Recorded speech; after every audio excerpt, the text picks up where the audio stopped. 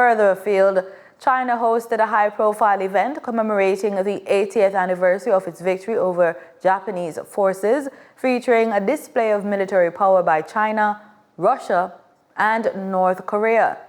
Despite the impressive arsenal shown, leaders emphasized the importance of peace and stability. Our reporter Marlon Samuels attended the event and filed this report.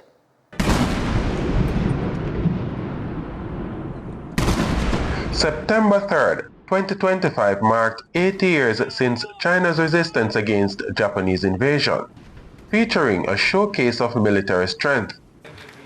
Chinese President Xi Jinping, along with Russian President Vladimir Putin and North Korea's Kim Jong-un, displayed advanced weapon systems, including drones and ballistic missiles, signaling growing military cooperation.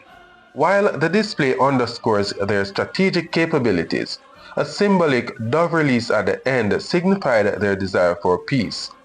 This demonstration sends a message that even as military strength expands, the aim remains stability and diplomatic progress, an important consideration for regions like the Caribbean, who may be affected by shifting global security dynamics. In a world of complex geopolitics, the balance between strength and peace continues to shape international relations. For the news on PBCJ, I am Marlon Samuels in Beijing, China.